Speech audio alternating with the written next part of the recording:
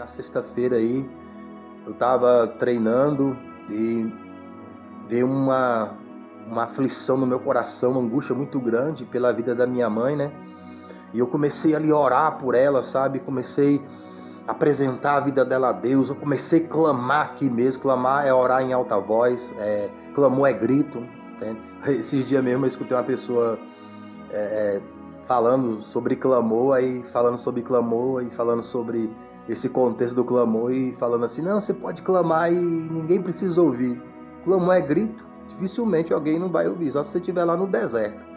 E se você entrar no seu quarto, no oculto do seu quarto, para entrar no oculto, não fala entrar no silêncio, se você entrar no oculto do seu quarto para orar e começar a clamar, alguém vai escutar. Se você for no monte e começar a clamar, alguém vai escutar. Se você for na congregação, tirar um cantinho lá para orar, onde não tem culto, se você clamar, alguém vai escutar, só se não tiver gente. Então, mas vai ter um passarinho, vai ter algum bicho, alguma criação da natureza que eles vão escutar, porque clamor é orar em alta voz. E eu clamei aqui, clamei, e as lágrimas vieram, eu comecei a chorar, como se fosse acontecer alguma coisa com minha mãe, alguma coisa grave com ela.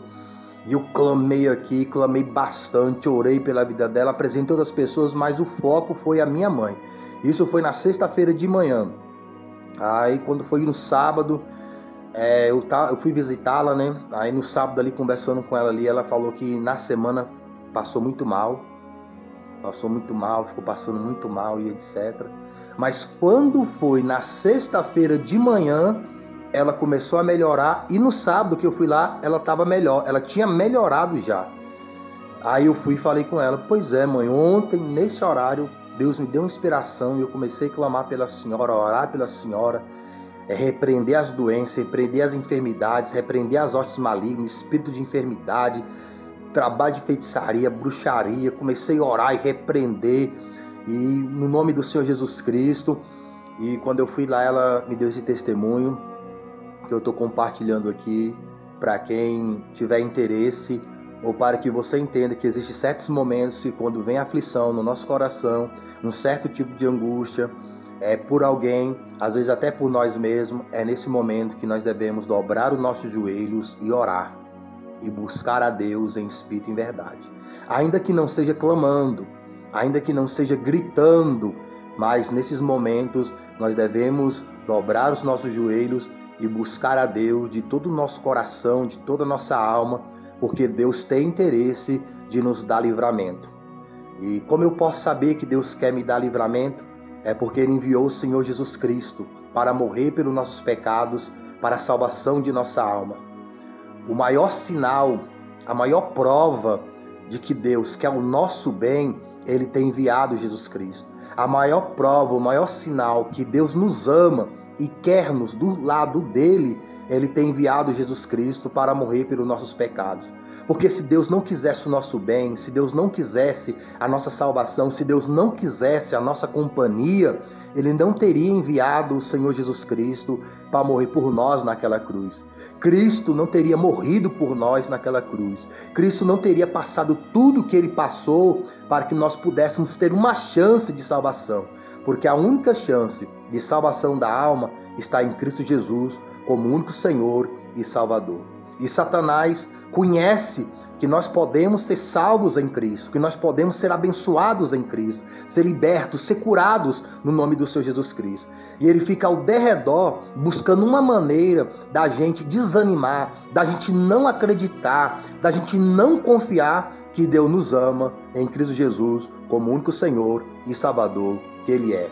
Então fique vigilante e persevere no amor de Deus, no perdão de Deus, na misericórdia de Deus, da graça de Deus que está em seu Filho Jesus, em sua morte e ressurreição, para perdoar os nossos pecados, para nos justificar para a salvação de nossa alma e de nossa casa. Beleza? Fique com Deus aí e boa meditação das coisas de Dog e, sobretudo, das coisas do alto. Falou, com Deus, tudo de bom. E buscando isso não pecar, né? Que a Bíblia fala, se a gente olhar uma mulher, né? Que não é nossa, ou de outro homem, etc.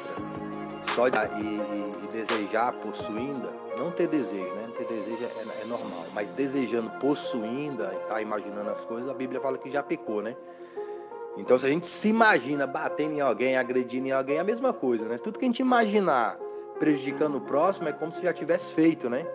Por isso algumas pessoas me perguntam algumas vezes, ué, se acontecesse isso com você e tudo, uma situação que provavelmente a pessoa fosse agir com violência, com ignorância, ou no contexto sexual e etc, né? Quando eu vejo pessoas me perguntando isso, eu já vejo que é uma tentação, tá entendendo? Aí eu geralmente já falei até para algumas pessoas, não gosto nem de pensar sobre isso não, irmão. Não é bom nem estar pensando sobre isso não.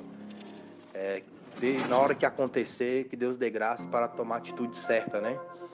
Mas às vezes a pessoa te faz um comentário, um exemplo, se alguém mexesse com seu filho, o que você faria? Aí você, eu quebraria, mataria. Ali você já pecou, mano, entendeu? Então esse tipo de pensamento é bom não ter, entendeu? É bom nem pensar, se alguém mexesse com seu filho, o que você faria? Você não quero pensar sobre isso não, Deus guarda meu filho, me guarda, Deus me livra do mal. Às vezes você não fala diretamente isso com a pessoa, mas na mente você pensa, né? Deus me livra do mal, me cobre com teu sangue, né? E ali às vezes é uma forma do inimigo fazer a gente pecar, tá entendendo? Ele tá buscando uma brecha, tá entendendo? Ele tá debiando ali com a gente, ele tá lutando, ele tá rodeando, você tá entendendo? Ele tá circulando ali, tá entendendo? Buscando a quem possa tragar, e a gente tem que estar vigilante nisso. Então, até nisso a gente às vezes tem que vigiar, né? Tem que ser prudente, mas às vezes tem uma pessoa que ela tem medo de uma situação e se você não vigiar, você pega aquele medo pra você e você acaba ficando prejudicado, tá entendendo? Então você tem que ter ousadia. Foi igual os espias. E Josué e Caleb foi diferente. Falou, não, Deus está conosco, Deus nos tirou do Egito, deu vitória contra Faraó, passamos o Mar Vermelho, nos sustentou no deserto, Ele vai nos dar vitória diante do gigante, Ele vai nos fazer possuir a terra, porque é promessa dEle e quem está guerreando nossas guerras é Deus. Quem está na nossa frente é Deus, então vamos na direção que o Deus tem nos dado. E a Bíblia fala que só Josué E Caleb puderam possuir a terra. Quando fala Caleb e Josué, toda a família deles, né? Então só ele, a casa deles puderam possuir a terra, porque eles acreditaram, confiaram e obedeceram na palavra do Senhor. Os outros que duvidaram e ainda colocaram dúvida no povo não puderam entrar na terra. É semelhante à salvação da alma, você entendeu? Aqueles que confiam em Cristo como único Senhor e Salvador possuem a terra. Aqueles que não confiam morrem no deserto. E contaram-lhe e disseram, foram a terra que nos enviaste, e verdadeiramente mana leite e mel, e este é o fruto. O povo, porém, que habita nessa terra é poderoso, e as cidades fortes e muito grandes. E também ali vimos os filhos de Anak, os amalequitas que habitaram na terra do sul, e os heteus, e os jebuseus, e os amoreus habitam na montanha, e os cananeus habitam ao pé do mar, e pela ribeira do Jordão. Então Caleb fez calar o povo perante Moisés e disse, subamos animosamente e possuamo-a em herança, porque certamente prevaleceremos contra ela. Porém os homens que com ele subiram disseram, não poderemos subir contra aquele povo, porque é mais forte do que nós. E infamaram a terra que tinham espiado perante os filhos de Israel, dizendo, a terra pelo meio do qual passamos a espiar é terra que consome os seus moradores, e todo o povo que vimos no meio dela são homens de grande estatura. Também vimos ali gigantes, filhos de Anak, descendentes dos gigantes, e éramos aos nossos olhos como gafanhotos, e assim também éramos aos seus olhos. Números, capítulo 13, do versículo 27 ao 33. Então levantou-se toda a congregação e alçara sua voz, e o povo chorou naquela mesma noite. E todos os filhos de Israel murmuraram contra Moisés e contra Arão. E toda a congregação lhe disse, se morramos na terra do Egito, ou se morramos nesse deserto. E por que nos traz o Senhor a esta terra? Para cairmos à espada, e para que nossas mulheres e nossas crianças sejam por presa? Não nos seria melhor voltarmos ao Egito? E diziam uns aos outros, levantemos um capitão e voltemos ao Egito. Então Moisés e Arão caíram sobre os seus rostos perante todo o ajuntamento dos filhos de Israel. E Josué, filho de Num, e Caleb, filho de Jefone, dos que espiaram a terra, rasgaram as suas vestes e falaram a toda a congregação dos filhos de Israel, dizendo, a terra pelo meio da qual passamos a espiar é terra muito boa. Se o Senhor se agradar de nós, então nos porá nessa terra e nos dará, terra que mana leite e mel. Tão somente não sejais rebeldes contra o Senhor, e não temais o povo desta terra, porquanto são eles o nosso pão. Retirou-se deles o seu amparo, e o Senhor é conosco. Não os temais. Então disse toda a congregação que os apedrejassem. Porém a glória do Senhor apareceu na tenda da congregação a todos os filhos de Israel. E disse o Senhor a Moisés: até quando me provocará este povo? E até quando me não crerão por todos os sinais que fiz no meio deles? Com pestilências o ferirei, eu o rejeitarei, e farei de ti povo maior e mais forte do que este. E disse Moisés ao Senhor: assim os egípcios o ouvirão, porquanto com a tua força fizeste subir este povo no meio deles. E o dirão aos moradores desta terra, que ouvirão que tu, ó Senhor, está no meio deste povo, que face a face, ó Senhor, lhe aparecestes, que tua nuvem está sobre eles, e que vais adiante deles numa nuvem de dia e numa coluna de fogo de noite. E, se matares este povo, como a um só homem, as nações, pois, que ouvirão a tua fama, falarão dizendo: porquanto o Senhor não podia pôr este povo na terra que lhes tinha jurado, por isso os matou no deserto. Agora, pois, rogo-te que a força do meu Senhor se engrandeça, como tens falado, dizendo: o Senhor é longânimo e grande em beneficência, que perdoa a iniquidade e a transgressão, que o culpado não tem por inocente, e visita a iniquidade dos pais sobre os filhos até a terceira e quarta geração. Perdoa, pois, a iniquidade deste povo, segundo a grandeza da tua benignidade, e como também perdoaste a este povo desde a terra do Egito até aqui. E disse o Senhor: conforme a tua palavra lhe perdoei.